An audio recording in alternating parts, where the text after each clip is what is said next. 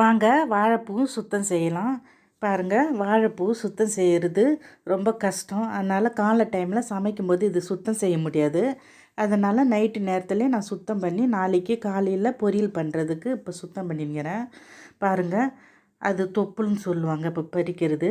அடுத்தது பாருங்கள், அந்த நரம்பு மாதிரி இருக்குதா, முடுக்காக இருக்கும், அதை எடுத்துடணும். இது தொப்புள், இது 2 மட்டும்தான் எடுக்கணும். அது வந்து ரப்பர் மாதிரி இருக்கும்.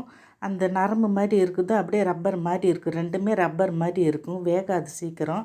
அதனால் அது 2 மட்டும் நம்ம எடுத்து போடணும். அவ்வளோதான் வாழைப்பூவில் நம்ம சுத்தம் பண்ண வேண்டியது. இது எடுத்துகிட்டு மற்றபடி நம்ம அலசி அரிஞ்சு செய்யலாம். இது 2 தான் பாருங்கள், நல்லா தெரியுதுங்களா? அது 2ம் இருந்துச்சுன்னா நம்மள வேகாது, சீக்கிரம் வேகாது, ரப்பர் மாதிரி நறுக்கு நறுக்குன்னு இருக்கும். அதனால் அது 2 மட்டும் நம்ம க்ளீன் பண்ணணும்.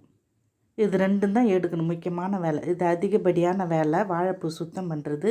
அதனால் காலையில் வேலைக்கு போகிறவங்க, பிள்ளைங்கள காலேஜ் அனுப்புகிறவங்கலாம் நேரம் கிடைக்கும்போது அல்லது நைட்டு ராத்திரி நேரத்தில் சுத்தம் பண்ணி வச்சுட்டா காலையில் எழுந்து சமைக்கிறதுக்கு நம்மளுக்கு சுலபமாக இருக்கும். இதெல்லாம் பிஞ்சு அதில் நரம்பு எடுக்க முடியாது, கையோட பிச்சுன்னு வரும். அதனால் அப்படியே அள்ளி போட்டுடலாம்.